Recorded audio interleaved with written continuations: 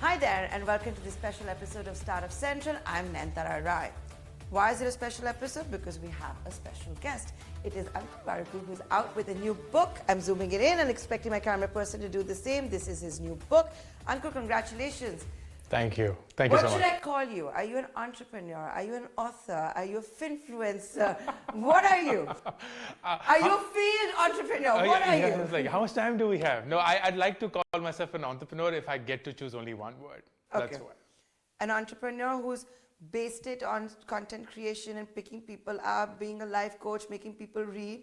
Yeah, I think entrepreneurship is not a profession, but a state of mind. So I've been in that state of mind for almost 15 years now, but the shape and form has taken a different shape where I could be running startups. Today I'm doing content, maybe writing a book, tomorrow doing something else. But the way that I think is what defines me as one. So this book, which is the second one, is I'm going to answer you 36 questions if I've got it right. How to do better time management, how to find a life partner, how to stop comparing one to another person, and like I said, 36 of them. How to is, of course, the most Google phrase out there. Is that what gave you the idea? And also feedback from people, because on a daily basis, people were asking me, how do I do this? How do I do that? How do I do this? And you recognize the answers are repetitive and they're not going to be dramatically different given the context. So I thought, why don't I just capture all the FAQs and make it like a kunji of sorts. I don't know if you know about that kunji, but when we were in college, there used to be this book which had the answers to the last 10-year questions. Yes, it was I used it. Yeah, it was such a great hack because you could Correct. overnight just be prepared for their examination. What is the most asked question from you? You've got 36 of them. Yeah. Which is the most popular one? How do I find my passion? How do I find my passion? How do I find my passion? So if someone who has not read the book, you want to give an easy one or just pick up the book? No, I think the simplest answer is your passion is not to be found anywhere. It's a misnomer for you to assume that your passion is lying somewhere around, hidden behind the sofa, under the table or something. You grow your passion over time, and that means that there cannot be any hurry. And most people will perhaps discover their passion very late in life, but the minute they do that, it's a completely new life for them. You also are the person who started talking about making failure a success, right? Because that came from your own personal experience maybe, and you said that it's time we start celebrating failures because that's how you're going to get successes. Would you say in the last 2 years or 3 years, at least since the outbreak of COVID-19, there has been some change? There has been a material change, I believe, because what people are recognizing is everyone will fail, but not everyone succeeds. So there is something between failure and success that makes success happen. And what I've been advocating all these years is that is reflection. Just take some time to reflect. Because in India, we're always told the minute you fail, move on. Jaldi karo, aage badho, koi baat nahi. And the next thing you know, you're moving on from one failure to another. And that doesn't really help because you're setting yourself up for that cycle.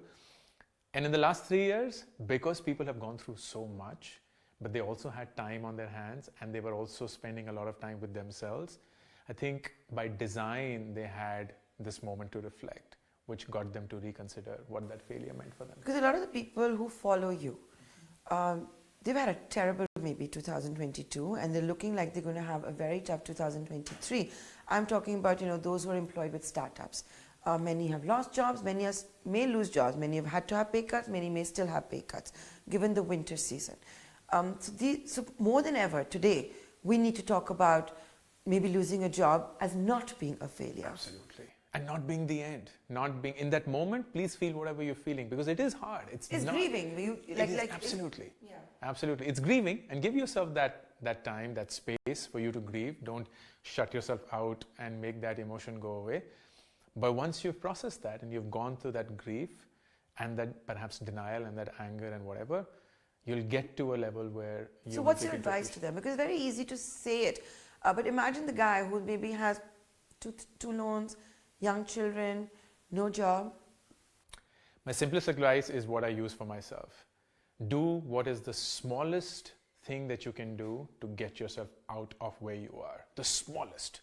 Not something that takes you ultimately to where you want to be. For example, let's say you had a hard interview and you got a rejection from that. And you're shattered, you're grieving, you're hurting. What's the smallest thing you could do? You could go back to your resume, make a small edit. You could send another application or a cold email to somebody.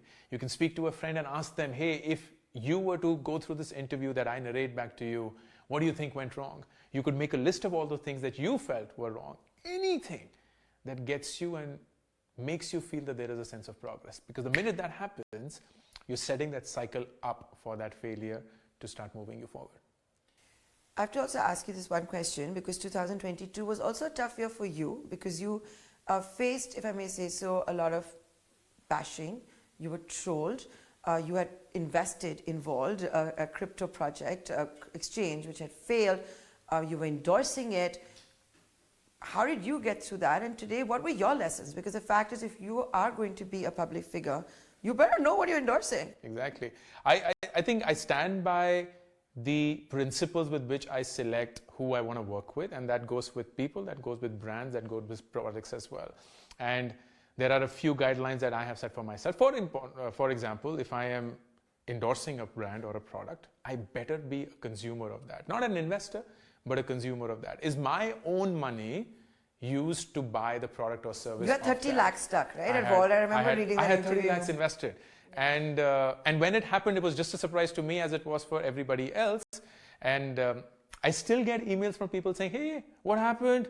Where you? And like, if you're a customer, you should be getting weekly updates on how they are progressing, which I do, and I certainly pick them up because I'm very involved in that and see where it goes. But if you're not even concerned about that, then I don't know where you're coming from. Because if it's your money, you ought to be asking. So do you stand by the fact that you endorsed Wald? You did not make a wrong decision? Oh, no, absolutely not. When I did, I went through about 6 months of appraisal with the founder, Darshan, with their team, understanding how it worked. My first reaction was, this is a fraud, not going to happen. Then I took about 6 months to understand how it happens. I was new to that entire stalking space in crypto. I understood what their credit lines were, what were the checks and balances. And I think what just happened, this is my assessment of it, is in a very short period, the entire crypto world just boomed in such a way that no one had anticipated. So they were sitting on an AUM of $1 billion or more, which I don't think they had planned for. And when it steeply reduced, they were caught in some way on the low tide and not prepared for it at all, which is like a bank run in my world. And as much as you would not want a bank to have a bank run, it does happen. And it's some way. Which is why in the non-crypto world, they have cash reserve ratios, they have all kinds of limits on how much liquidity a bank has to keep. Absolutely. And still they do happen in the rare events that they do. And I think the crypto world is going through its own pains and pangs, as is recently as well. There is a lot of turmoil in that industry, which I think is a self-cleansing mechanism for the infrastructure to become better and improve. Because there was a time when banks also didn't have all of these CRRs and so on, but now they do because we've understood what could go wrong and we fix it, and hopefully. But how did you deal with the trolling? How did you deal with a lot of the hate? You must have got, because a lot of people lost money, right? And when you lose money, you're not polite. And I think my only way in life that I always deal with this is to be as transparent and open that I can be about everything that happened. I will let people form their opinions because they're entitled to, and there's frankly nothing that I can do to change that. But my job is to be absolutely transparent and open. So the minute I, for example, got to know of it, I went back to the video. I could have deleted it. Maybe no one even got to know of it, but I just sent an update. And I added that update that here's what's happened. I've written to Darshan. Here's his response. I'm waiting to hear from him, but this is what I know. And I went on Twitter. I openly shared everything. I'd like to believe, but I could be just drinking my own Kool-Aid. I was perhaps the only guy who was actively engaged with even the trolls. Not trying to disregard them or their emotions or telling them to shut up, but to just respond, acknowledge, and tell them, here's what happened, here's what I know, but this is all that I know, and we are where we are. I remember you once told me off camera, and I'd say that off camera, so I apologize if I should not be saying this here, that the Kamath brothers are startup founders you really, really, really admire. Now, Nikhil Kamath has recently written a column where he's talked about the need for better regulation, self-regulation, and what finfluencers should be doing because they carry so much power. I'm sure you must have read the column if you do admire him. Now, as somebody who does impact public opinion, whose opinions are taken largely by public, what is the right way Because you might say that you have certain rules for yourself, others may not. Maybe you yourself are lacking in some ways which you may not be aware of. What is the right way? Because are you guys do you understand the responsibility that comes with it? I think it's a really difficult problem to solve, and I've often asked this question from people, and I asked it myself. A lot of people suggest, why don't we just have checks and balances in terms of certification, in terms of ensuring that whenever they're even talking about something, at least they know what they're talking about. And all of those are measures in the right space, definitely with the right intent. Here's where it breaks down for me. If somebody is certified, does that absolve them from anything that happens thereafter? For example, if I was certified and the same sequence of events were to unfold, how is it okay now? Because the event has still unfolded. People have still lost their money. Maybe because if you were certified, you may not have invested. I don't know. Just putting it out there. Yeah, no, exactly.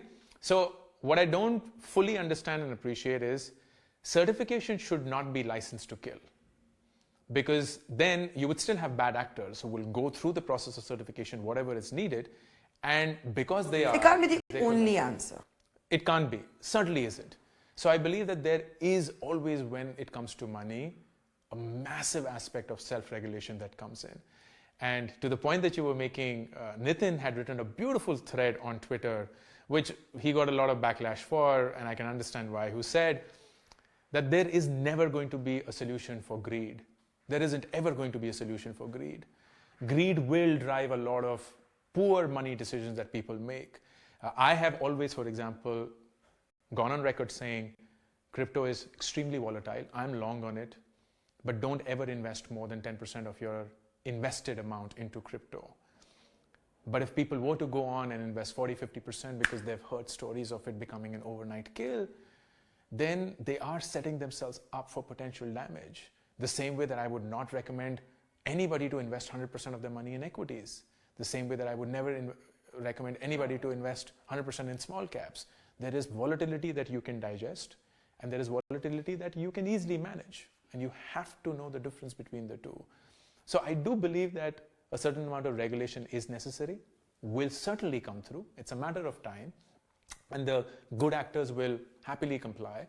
The bad actors may get in some way weeded out, but it is never going to eliminate what these unfortunate circumstances lead to, because there is lack of self-regulation at the other end. Your answer gave me an idea for what could be a third book. Ooh. And I'm saying this in the Juggernaut office with Chiki Sarkar behind me. The third one can be How to Stop Being Greedy. I wish there was an answer to that. I'm just wish saying, there was an answer to that. No pain, no gain, right? That's what you have to handle. But on a more serious note, can I ask you one question? When I was reading this book, 36 questions, loved the book, but when I was reading the introduction, I was like, and let me read it out for my viewers so that they understand. And I've read the book, even though I'm starting with the introduction. I started my first book confessing that it may very well be the most useless book you will ever buy. My second book could give it competition because it's full of one thing I hate in life, prescriptions. Ankur Warikoo, what is this with this self-deprecation? We all know the numbers from the first book. It was a bestseller. You've got a contract with the second book. You're doing amazingly well. Why are you putting yourself down? Well, the two reasons, and I love the honesty of the question. One, this is genuinely who I am. My humor is self-deprecating. My general approach is never take myself seriously. But two, I'm also psychologically playing on the mind of the reader. Because the minute I say that this might very well be the most useless book you'll buy, yeah, if they do find it useless, they'll be like, oh, we were told so. And suddenly... So you're setting yourself for... I'm a very low bar, very low bar of expectation. And you're telling people how to have a high bar for themselves. They certainly If this is not ironical or a paradox, I don't know what is. No, they should be like, this book is crap. This book should not be read. I don't know why this book exists. And they should just throw it out, and that should be a reaction if somebody feels so. And they shouldn't feel guilty about that. Okay, I think you just like to prepare yourself for failure. This is just me, I'm not a psychologist. The other thing I want to ask you, and in your book, and I was going through this is, managing your life, how to manage your life. And this one, you're focusing a lot about better communication, where you said that a lot of people make the mistake, and I'm sorry if I'm doing spoilers. No, please. It's part of the fun of reading a book and Yeah. getting to talk to the author, where you have said that it's not the command of the language, but it's about what you do with the language, and clear your thoughts, write every day, and body language is also going to play a lot. And here there was no footnote, and I was like, since I'm going to meet you, and I'm in the communication business, I really wanted to know about this. You say, did you know that body language consists of 55% non-verbal communications, tonality consists of 38%, and words only 7%? Is this Ankur Warikoo's formula? No, of course not. Or, because there's no footnote. There is- I was reading this and I was like, where is this from? It's not a research journal, and I love the fact that you picked it up, because someone like you would pick it up. But most people would just believe that. Yeah, I was like, But this is Ankur Warikoo's formula? this isn't made up. This isn't made up. This is actual research that I picked up around body language. I think this was, if I'm not wrong, Carnegie Mellon, and then I used that. But this, There's no footnote. yes, the reason why there is no footnote, and there is a reason why there is no footnote, because the minute you have a footnote, in my world, the way that I'm imagining this book, it becomes defensive. And I don't want to come across as defensive. The idea is these numbers don't matter. What matters Yeah, is it's the what you're essence. trying to say. Exactly. Maybe because of what I do, I Yeah. get stuck on that. right? So- Absolutely. So I had to ask this question, and like I said, It's a very fair question to ask. Any sensible, rational person should have this question the first thing they read it. Ankur, the other thing I wanted to ask you was, and I love the fact, by the way, as a single person who's never been married or engaged, you even have a chapter on how to find a life partner in the middle of all of these 36 questions, which was not the first chapter I read, I should point that out. But what I found in your book was, when you do these how-tos, I felt somewhere where it could be about how to find a job or how to take a tough decision. That's when, there's a chapter it's in. I felt at one point that are you kind of, whether you're trivializing it or whether you're trying to draw an analogy to examples that we would understand every day, where you say, if you won't know how to take a tough decision if you don't take it. It's a 50-50 chance whether it'll work or not. It's like buying a t-shirt online. But so at one level, I was like, I understand what he's saying, but that's not a tough decision. Yes, it is. I think the point that I was trying to make is most decisions that we make in life are actually not tough because they're We reversible. just make it tough, and that's the point I was trying to get at. They're reversible.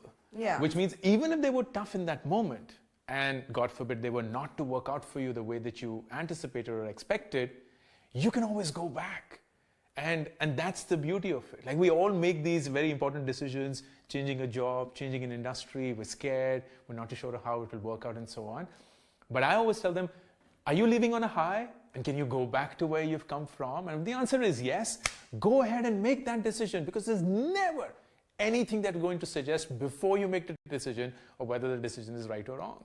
And Yeah, You would get and that's there. part of not like that's the fear of failure. yeah, It's all connected. It's all- That's the point it's that I always- was trying to get. it's at. always. And the fear of failure, at least the way that I see it, is not so much about the fear of failure, but the fear of what will people say when I fail.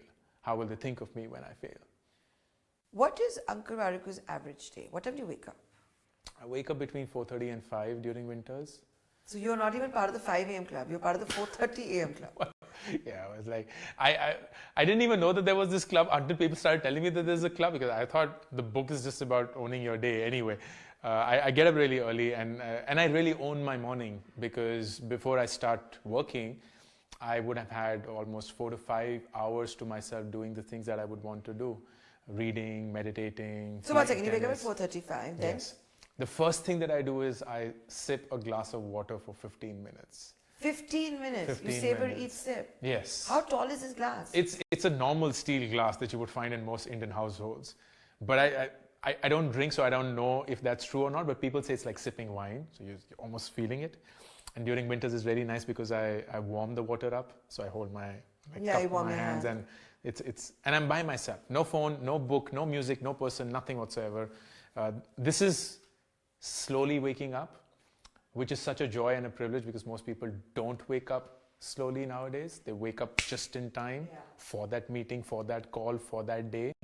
And I love that part of So mine. you drink water for 15 minutes. Then I meditate. And when you're drinking water, are you reading something or you're just No, focusing it's on the just by water? You're myself. focusing on Yeah, that. yeah, yeah. Okay. I'm remembering my dreams. You're doing your checklist in your head? No, for what nothing. To do There's in the no day? to do, nothing whatsoever. I'm actually trying to remember my dreams because I don't remember my dreams, and I really feel sad about So you that. dream every day also? Good job. I hope so. I don't know. For 15 minutes you're trying to recall it. Yeah, I'm exactly. assuming. Yeah, there must be something, and whatever lingering thoughts are in there. Then I meditate. How long? 30 minutes. 30 minutes Alone a or day. use an app? I use an app where there is just sound of birds and water Okay. and nothing else. So it's not guided. There's no That's person what I was trying telling to me. get at, yeah. So it's not guided, it's unguided, non-guided. And So by now we are at 5:15. we're about 5:30 or so. We're Okay, about huh. 5:30 or so. 5:30 a.m. Huh. And then between 5:30 and 6, I usually read. I read for about an hour Fiction, every day. non-fiction, newspapers, I global only events. read non-fiction. And I read a newspaper once I'm back from my gym and tennis, which I'll come to because that's also a favorite part of my day. But Okay, so 30 now minutes you of both. read something to do non-fiction, but it's not newspapers. Yes. So that's around 5:36. So 6 is there. And then at 6, I have to get my kids up for school. My wife, in the meantime, has left to play for tennis. So she leaves for tennis at 5:30 in the morning. And she plays from 5:30 to 6:30. And my job is from 6 to 6:30, gets the kids ready. Then she comes and takes over. And her job is to send them off to the bus stop. I leave at 6:30 to play tennis. And I finish that at 7:30. Then I go to the gym. Okay. And I come back by about 8:30. So you exercise for 2 hours in the morning. I exercise for 2 hours. One is the sport and one is the gym where I work weights. And 8:30 I come back. I then read the newspaper For how long? for about 20 minutes. Okay. Yeah. That's it. That's it. That's So it. you're a headlines kind of guy. No, I'm actually a very fast reader. So I go through mostly the editorial. I don't care about the news, but it's more about the Thanks. editorial. Anyway, Sorry. okay, Sorry. thanks. But yeah. Sorry. You want to be in It's the like, news, yeah, but you don't want to I'm read the sorry, news. yeah, I see what kind of guy you yeah, are. like- Then, What a hypocrite. The editorial is fun. The business section is fun. I do read the business section in and out. I don't like sports, reading sports at least and whatnot. And I read 2 newspapers, a business newspaper and a daily newspaper.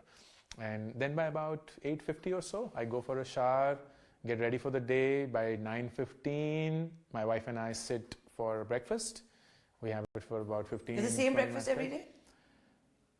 This in a safe time. I am actually okay having the same breakfast every single It's day. less one decision to make. Yeah, but she isn't, so we then mix it up. And we just have whatever. So now else like. your day starts, proper working day at 10 a.m. At about 9:30, 9:45, by which I have had 5 hours to myself. And then do you take a nap in the afternoon? I take a nap in the afternoon. Yeah, because as well. I figured by now you'll be taking a nap. I suddenly, that's the joy of 10 working from minutes, home. 15 minutes, half an hour. No, it's an hour. It's usually So you an come hour. back home for that nap? No, I work from home. There is no office to go Yeah. to. So my studio is right below where we stay. So I may just go there for my recordings and so on, and then I come back for lunch. And when do you write? Because in your book, you propagate writing and say that everybody must write every day. I write during my work because that's my work. That is how I actually. So I write a blog every day, and I write for myself every day. I always have a notebook. I'm always scribbling, always writing, and then I don't journal. So I don't write about my thoughts. I'm just writing about things that I'm thinking about, and I'm always making. Do you these type or notes. do you write? No, I write. I actually write. I use a pen. So did you write this book by hand? No, or? this was. This Did was. you type? No, actually, this was a very, very interesting way that we wrote this book, and I'm glad you asked this question because I haven't been given this chance to express. This book was written between me and my colleague, where she acted as the student, I acted as the teacher. This was going to be my last question. Are you playing Arjun and Krishna? Because the No, entire there book, is ladies and gentlemen, is this 36 questions being asked by a student and being answered by a teacher. So I was first of all going to joke with you and ask you who's the student, who's the cheat teacher, but okay. No, and that's because I realized that the audience that I'm writing for doesn't like reading a lot of prose anymore because this is the Gen Z. We're used to reels and shorts and short form content and swipe up in 60 seconds or less. So for them to have that attention span of reading pages, not happening. But anything that breaks that monotony, where there's a question, there's an answer, there's a question, there's an answer, it feels like that's playing in their head. And that's what I wanted to replicate. So my colleague and I, Nishtha, her name, and she's acknowledged in the acknowledgements, we used to get up on a Zoom call and says, here's the question we'll cover today. How do you deal with a toxic manager? And she would start that question, and there would be no designed flow. It would be absolutely spontaneous, and we would record that conversation, and then she would transcribe it, and then I would edit it and make it a lot more me. Yeah. And that's how we wrote the book together. So you'll be able to write books much faster also now. I've certainly found that hack, because Chicky's given me a target, a book a year, and I'm sticking to it. Otherwise, she'll kill me. Since we have you here, final question. What's your recommendation for 3 books for the month of December? Oh, the month of December. No, besides yours, you can't name yours. No, of course not. I would never suggest that. Month of December. Month of December is like, you should take it a little light, but also hopefully setting you up for the year. So I would recommend some cliches. I would recommend Atomic Habits. It's a great book to end the year with and to start a new year with. I would love for everyone to read Psychology of Money, because it's such a terrific book that doesn't teach you about money, but the psychology of money as such. And I would love for people to read the book called The Mindset by Carol Dweck. It's a brilliant book about the fixed and the growth mindset and how the two of them could define your life or not. You have a chapter on that. Yes, I do. As you can see, I read the book. I'm impressed. Thank you so much for that. That's really kind of you. So these would be my 3 recommendations. Which are your 3 all-time favorite books? My 3 all-time favorite And books. you can't name your 2. In no particular order, number 1 will be Rework, which is a book that I read in 2009 and it shaped my life meaningfully. Number 2 would be Atma Man, which is a very underrated book, but a brilliant book by this guy called Dr. Kapil Gupta. And I'd like to say my 3rd one would be Courage to be Disliked. That hit me hard. So that's a good reading list for our viewers. They can get to after reading a book. But Ankur Warikoo, it's been an absolute pleasure, and thank you for giving us your time. It's always such a joy talking to you. Thank you so much.